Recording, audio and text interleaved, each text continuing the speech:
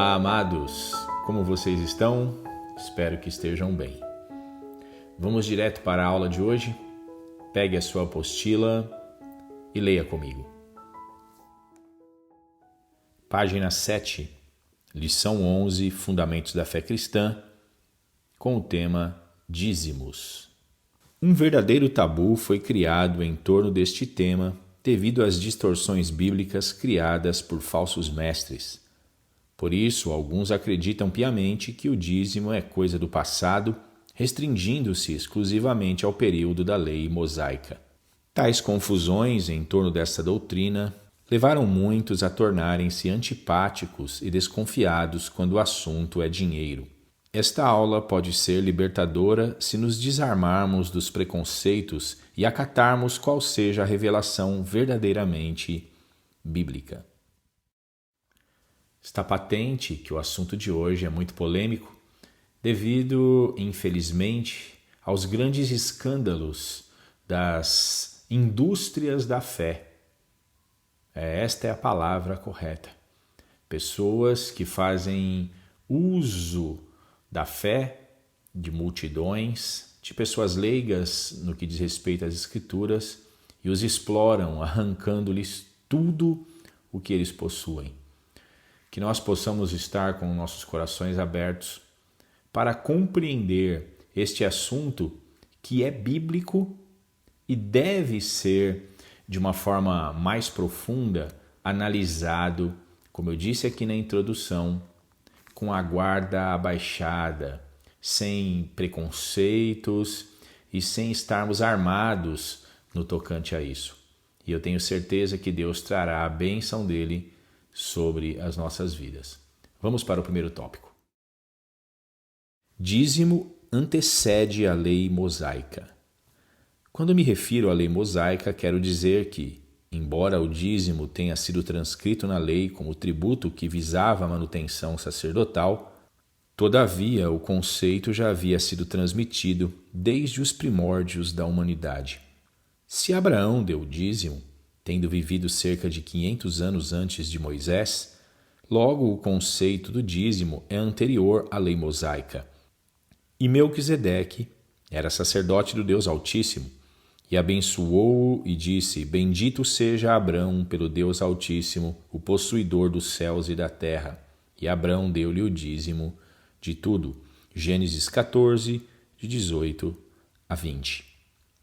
Note que no versículo supracitado, Abraão deu o dízimo para alguém que carregava a unção sacerdotal, ou, para uma melhor compreensão, alguém que administrava as coisas concernentes a Deus. O sacerdócio de Melquisedeque tem reconhecimento garantido pelas Escrituras Sagradas. Vamos ler os textos entre parênteses. Primeiramente, Salmo 110, verso 4. Jurou o Senhor e não se arrependerá. Tu és um sacerdote eterno, segundo a ordem de Melquisedeque. Este é um verso profético e messiânico, pois faz referência a que um sacerdote seria estabelecido de forma eterna. O texto está fazendo referência ao Messias, que viria e, como um sumo sacerdote, entraria nos santos dos santos celestes e pagaria eterna redenção com o seu próprio sangue. É uma referência clara ao nosso Senhor Jesus Cristo. Vamos ler agora Hebreus, capítulo 6, versículo 20. Onde Jesus, nosso precursor, entrou por nós, feito eternamente sumo sacerdote segundo a ordem de Melquisedeque.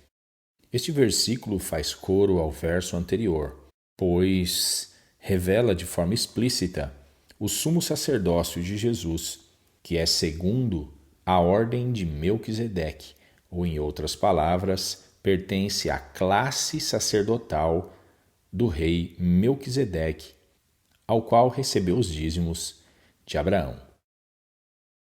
Voltando à apostila, tal sacerdócio é considerado superior ao de Arão, pois consagrou a Cristo como sacerdote eterno. Hebreus, capítulo 7, versículo 11 e versículo 21. Vamos analisar.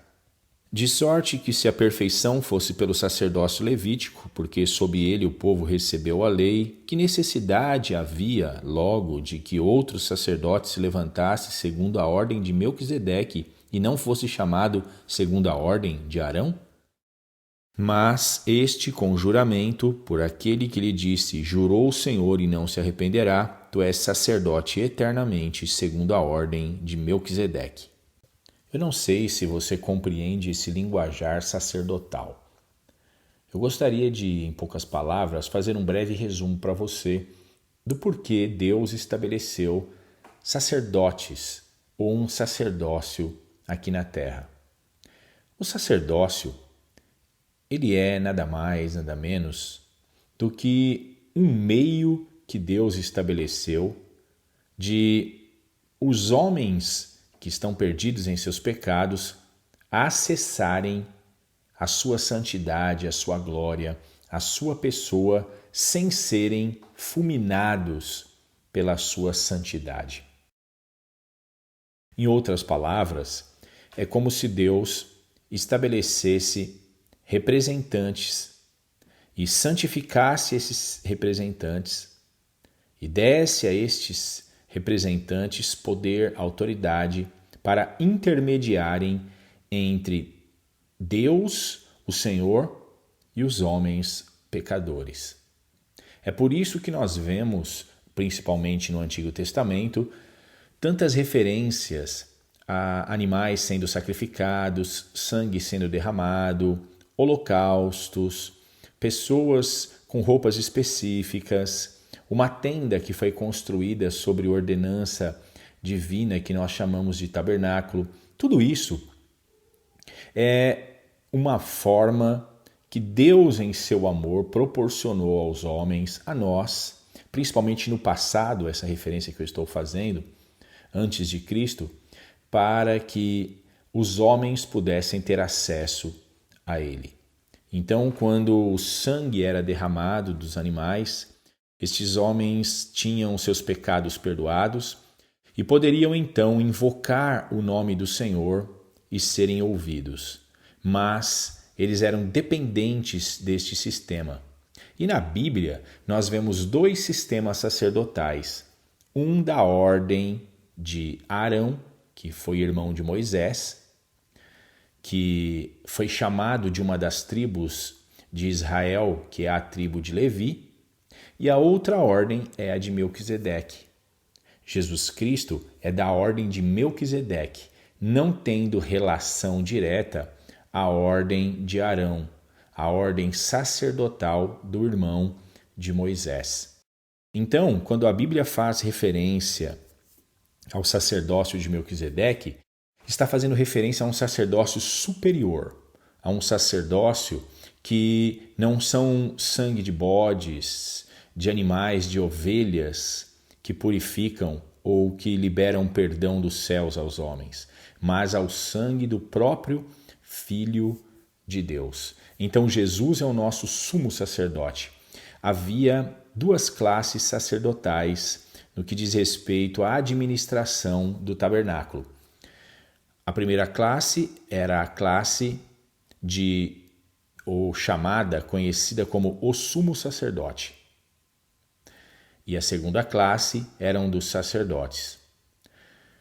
Havia no tabernáculo 3 compartimentos conhecidos. A área externa, onde eram feitos ali o holocausto dos animais.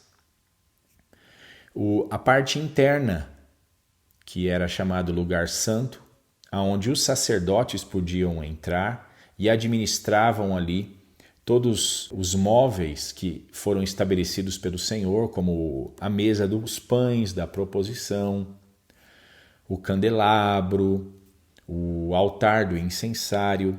Porém, havia ali uma divisória, que era uma cortina, um véu que Deus estabeleceu para haver uma separação entre o lugar santo do lugar oculto, que seria o lugar santíssimo, onde ficaria ali a arca que representava a presença do próprio Deus. Ali dentro, somente o sumo sacerdote podia entrar com o sangue dos animais.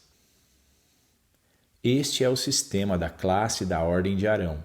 Jesus fez parte, ou faz parte, melhor dizendo, porque é um sacerdócio eterno, da ordem da classe de Melquisedeque, que para Deus é considerado superior. Por quê? Porque tudo o que você acabou de ouvir sobre a ordem sacerdotal de Arão nada mais eram do que sombras que se cumpririam em Jesus Cristo. Eu posso fazer aqui, ou descrever de forma simples, o cordeiro que era sacrificado na ordem sacerdotal de Arão era um animal. É obviamente um animal imaculado. Mas na ordem de Melquisedeque é o próprio Filho de Deus. Ele é o Cordeiro de Deus que tira o pecado do mundo. Todos os demais móveis do tabernáculo tinham seu simbolismo em Jesus Cristo e em sua igreja. Na ordem de Melquisedeque, que é a ordem sacerdotal eterna, é Jesus Cristo que adentrou dentre os céus com o seu próprio sangue e aspergiu-o, ou, por meio da sua própria vida, derramou-se diante do Pai em intercessão pelos pecadores. É por isso que o sacerdócio de Melquisedeque é superior ao sacerdócio de Arão. Uma vez estabelecendo para sempre o sacerdócio de Jesus, o sacerdócio de Arão, com todos os seus elementos, seja o tabernáculo, seja os móveis e tudo mais, acabaram tendo um fim. Por quê? Porque eles não foram agradáveis a Deus, uma vez que, como eu já afirmei, eram sombras de uma realidade que se cumpriria em Cristo Jesus. Já o sacerdócio de Jesus está de pé até hoje, e o sangue de Cristo pode ser usado para purificar os pecados de todas as pessoas que nesse exato momento que eu estou gravando este vídeo se arrependerem de seus pecados e confessarem a Jesus Cristo como seu Senhor e Salvador. Que nós possamos estar debaixo do sacerdócio de Melquisedeque, que tem Jesus Cristo como sumo sacerdote, pois o sangue do Filho de Deus, realmente diferente do sangue de animais, perdoa os pecados. Que eu e você possamos estar salvos de nossas culpas por meio da remissão que Jesus Cristo nos oferece por seu sacrifício naquela cruz e pela sua ressurreição no terceiro dia, nos trazendo a esperança da vitória sobre a morte, sobre o pecado e sobre tudo aquilo que nos afastava de Deus. Amém? Vamos continuar a apostila.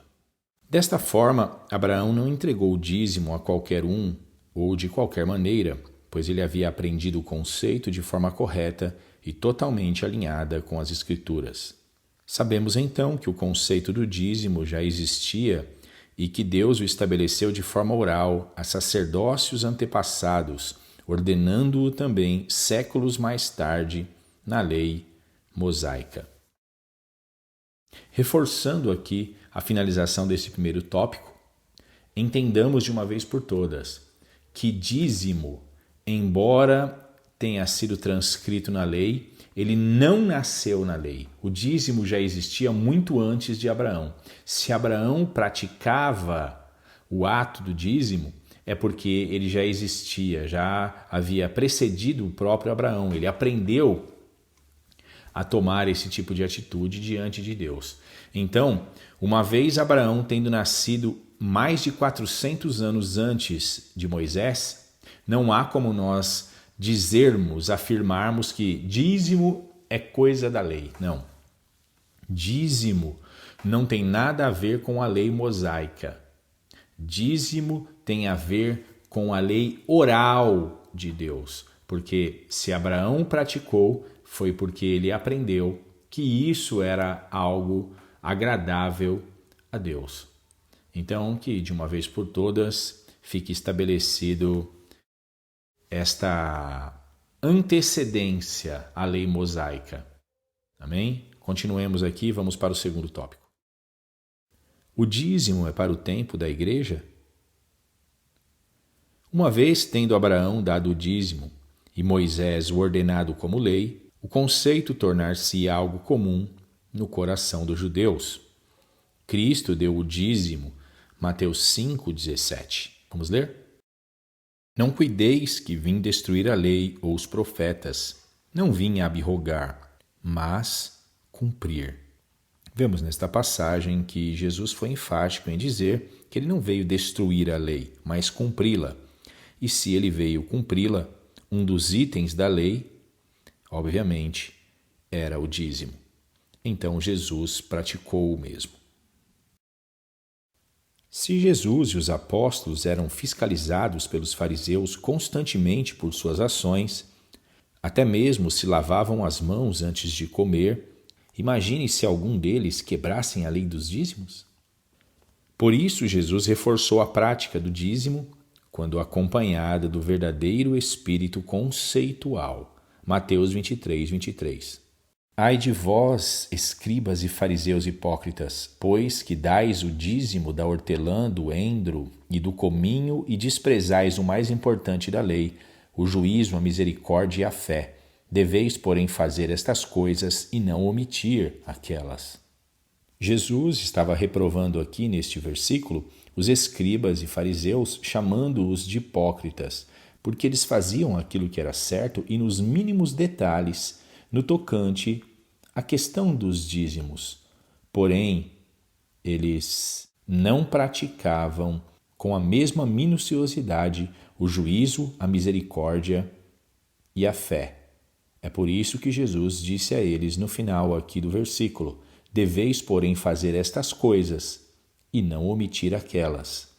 Ou, em outras palavras, ou obedecemos a Deus em tudo, ou não obedecemos a Deus em nada, porque não existe esse negócio de fazer a vontade de Deus parcialmente. Ou é tudo, ou é nada. Voltando aqui à apostila, tal espírito é a lógica e o conhecimento que impermeia tal conceito. Se Deus estabeleceu o conceito, logo ele tem um propósito. Se tem um propósito, o dízimo passa a fazer parte de um todo no plano divino. Um exemplo claro está em Romanos 10, versículo 15. Vamos ler. E como pregarão se não forem enviados? Como está escrito: quão formosos os pés dos que anunciam a paz, dos que anunciam coisas boas. Note que o amor que sentimos pelas pessoas não se encontra somente nos que anunciam o Evangelho, mas também nos que enviam os missionários. Como enviaremos alguém para fazer missões sem custear a viagem e tudo o que for necessário pelo caminho? Como manteremos os trabalhos evangelísticos sem dinheiro? Toda a logística do funcionamento e cumprimento do que o Senhor nos ordenou exige o comprometimento de todos, sejam dos que vão ou dos que ficam. É aí que entram os dízimos, ofertas e primícias. Quando eu me refiro ao conceito do dízimo, eu estou falando da essência, daquilo que é mais importante por detrás do mandamento, seja ele oral, verbal ou escrito, como na lei de Moisés. Vou dar um exemplo muito claro para vocês aqui. Quando nós lemos em Gênesis, nós vemos Abel e Caim levando suas ofertas a Deus. Logo, nós devemos pensar: quem os ensinou a ofertarem a Deus algo? É óbvio, foram seus pais, Adão e Eva. E aí, uma segunda pergunta: de onde Adão e Eva tiraram este tipo de atitude? Pronto, chegamos à resposta que nós precisávamos. O conceito foi transmitido a eles pelo próprio Deus. Senão, não haveria como eles terem criado este sistema.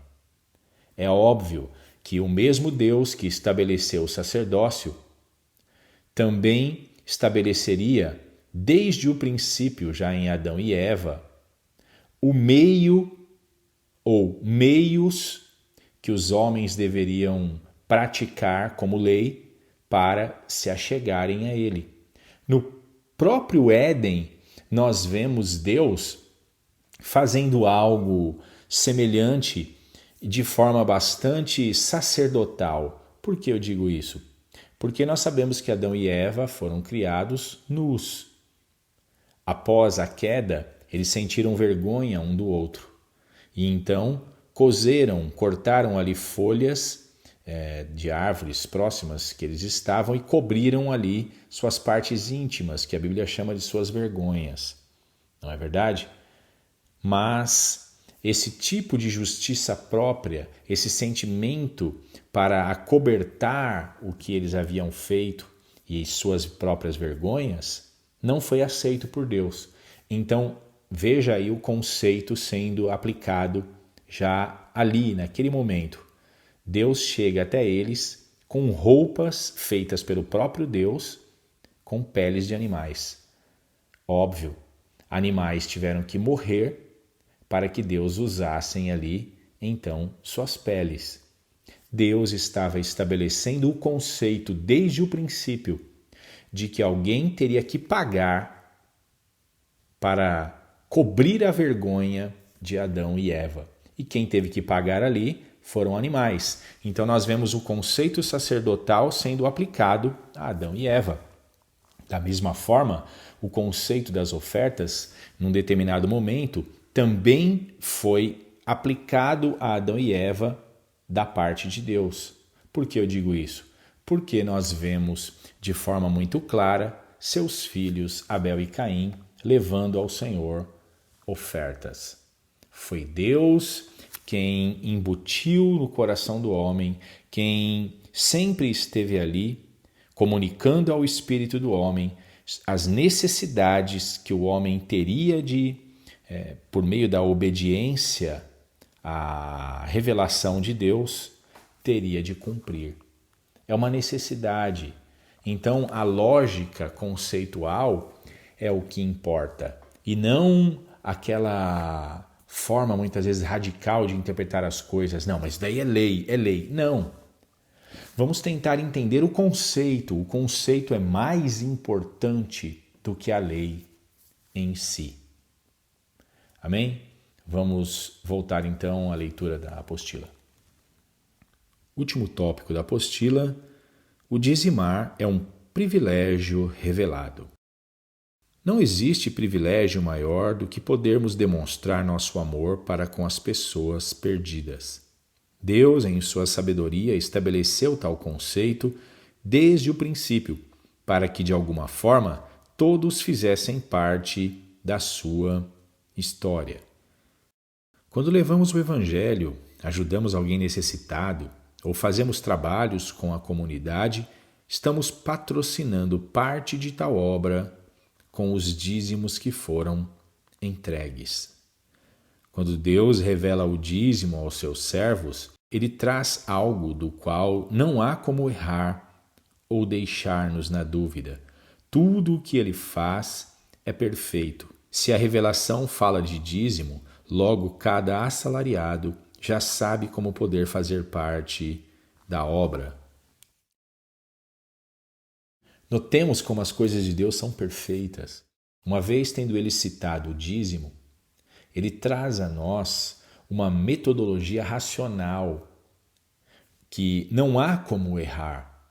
Um servo de Deus, uma serva de Deus, eles possuem em seus corações um ardor, uma vontade de estender a mão, de fazer algo pelo seu próximo, de contribuir com as coisas do reino de Deus e suas responsabilidades, como o texto que nós citamos agora há pouco de Romanos, no tocante a como um missionário fará a sua obra, como ele será um evangelista em outros países, porque é obrigação nossa e também é um mandamento do Senhor Jesus que nós visitemos todos os povos, levando a eles o evangelho. Como isso seria possível sem dinheiro? Então Deus vem e dá a nós algo de uma forma muito simples de ser compreendida. Ele nos revela o conceito do dízimo, porque assim nós conseguiremos nos organizar como bons mordomos que devemos ser e separarmos o dízimo para que ele tenha um efeito eficaz no tocante a todas as responsabilidades da igreja. Então, Deus é maravilhoso. Isso nos ajuda e muito, porque podemos prestar um culto racional, de forma que as coisas não terão aquela carência para avançar, não ficarão amarradas por causa da avareza ou por causa da falta de revelação que o povo possa ter. Não, está revelado de forma clara. Quando uma pessoa pensa, como eu posso ajudar a obra de Deus? Como eu posso ajudar a levar o Evangelho de Jesus Cristo se eu não tenho muitas vezes tempo por causa do trabalho e tudo mais? Eu sei que eu devo falar de Jesus aonde eu trabalho, aonde eu estudo, mas como outros povos receberão este mesmo Evangelho? Pronto, vem a resposta. O dízimo é de forma eficaz parte daquilo que nós, como mordomos, cuidamos do Senhor, deve ser direcionada para patrocinar o reino de Deus e todos aqueles que estão envolvidos integralmente em levar o Evangelho de Jesus Cristo. Amém? Continuando aqui na apostila. Tudo pertence a Deus. Somos seus mordomos. Logo, cabe a nós acertarmos em dia as responsabilidades do reino com os bens que ele nos confia. Mateus 22, 21. Disseram-lhe eles, de César. Então ele lhes disse, dai, pois, a César o que é de César e a Deus o que é de Deus. Neste texto que nós acabamos de ler sobre o tributo de César, obviamente, como sempre, os fariseus tentaram Jesus, queriam pegar Jesus de alguma forma, confessando ou falando algo que quebrasse, que fosse contrário às leis da época para incriminá-lo. E nós vemos que a resposta de Jesus não só foi uma resposta maravilhosa, foi um verdadeiro checkmate que ele deu neles, mas que está carregada da essência daquilo que eu estou falando desde o princípio, que é o conceito. Ele pega uma moeda da época e mostra para esses que o questionaram de quem é a efígie e a inscrição nesta moeda. E eles, obviamente, disseram, é de César. Então Jesus disse, então dai, pois, a César o que é de César e a Deus o que é de Deus. Jesus, ele elaborou ali uma resposta que pudesse ser completamente satisfatória para ambos os lados. Como assim ambos os lados? Porque a pergunta dos fariseus tendia em prejudicar Jesus perante o Império Romano. Porque se Jesus dissesse que ele não poderia dar tributo a César, logo eles poderiam incriminá-lo dizendo que Jesus era um insurreto no tocante ao reino romano. Mas se ele dissesse algo favorável ao Império Romano, do tipo, não, nós devemos dar sim impostos a César, somente então os fariseus conquistariam uma multidão que ali estaria presente como testemunhas de que Jesus, obviamente eles usariam esse argumento, de que Jesus era favorável a Roma, aos impostos pesados que Roma cobravam. E assim fariam com que o povo tivesse do perfil de Jesus uma má vista, ou Em outras palavras, teriam Jesus como um traidor, como alguém que achava certo impostos tão pesados diante do povo. Mas a resposta de Jesus foi maravilhosa. Por quê? Porque Jesus disse: dai, pois, a César o que é de César e a Deus o que é de Deus. Porque assim eles não teriam como incriminá-lo diante do Império Romano e nem queimar a sua imagem diante do povo judeu. Como é tremenda a sabedoria que Jesus possuía, vinda do Espírito Santo diretamente, porque aqui está embutido o conceito daquilo que nós estamos falando neste tema, que é o conceito dos dízimos, porque o dízimo é um tributo. O dízimo é de forma muito clara, de acordo aqui com o texto, algo que deve ser devolvido a Deus. Se a moeda tinha ali a efígie de César, o rosto de César, então pertencia a César. E se Jesus disse, dai a Deus o que é de Deus, é porque Deus tem, por ser dono de todas as coisas, também que ser honrado com aquilo que tem o rosto dele. E o que é que tem a marca ou a efígie de Deus? Nós, a nossa própria vida. Tudo aquilo que nós temos, somos e tudo aquilo que nós administramos deve ser administrado para a glória de Deus. Não foi isso que nós aprendemos na aula anterior? Vamos concluir então aqui na finalização da leitura da apostila. Assim, dizimar torna-se um privilégio dos que foram colocados nas despensas divinas. Embora 10% de cada mordomo fiel pareça ser pouco, juntos fazem uma grande obra. Somos dizimistas fiéis? Esta pergunta final é uma pergunta para nos colocar encostados na parede, não é verdade? Para concluir a aula de hoje, eu gostaria de ler um texto que está em Jeremias capítulo 31, versículo 33. Após a leitura, eu volto com minhas considerações finais. Vamos ler? Mas este é o concerto que farei com a casa de Israel depois daqueles dias, diz o Senhor. Porei a minha lei no seu interior e as escreverei no seu coração, e eu serei o seu Deus, e eles serão o meu povo. Veja que texto maravilhoso. Maravilhoso por quê? Porque ele revela algo que está acima das letras, acima de livros sagrados, porque ele revela o verdadeiro conceito, a verdadeira vontade de Deus, enraizada não em papéis ou em pergaminhos sagrados, mas nos corações dos filhos e filhas de Deus.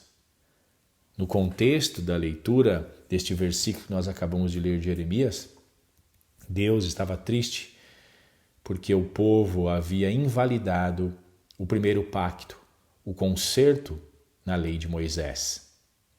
Todavia, Deus promete que escreveria então as suas leis no coração dos homens, para que os homens pudessem então praticá-las.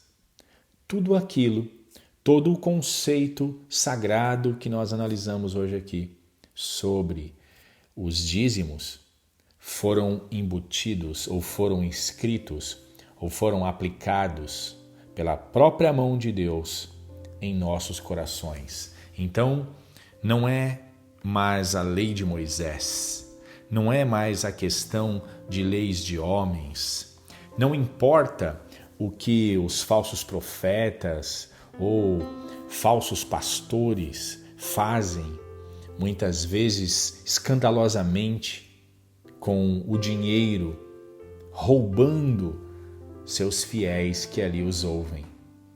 Nada destas coisas podem atrapalhar ou podem obscurecer a revelação máxima sobre o dízimo. Por quê? Porque Deus escreverá, e Deus escreve a cada dia no coração dos fiéis, no coração daqueles que o temem, no novo coração que Ele nos dá em Cristo Jesus, as suas leis. E o dízimo, as ofertas e tudo mais estão ali, dentro do nosso ser.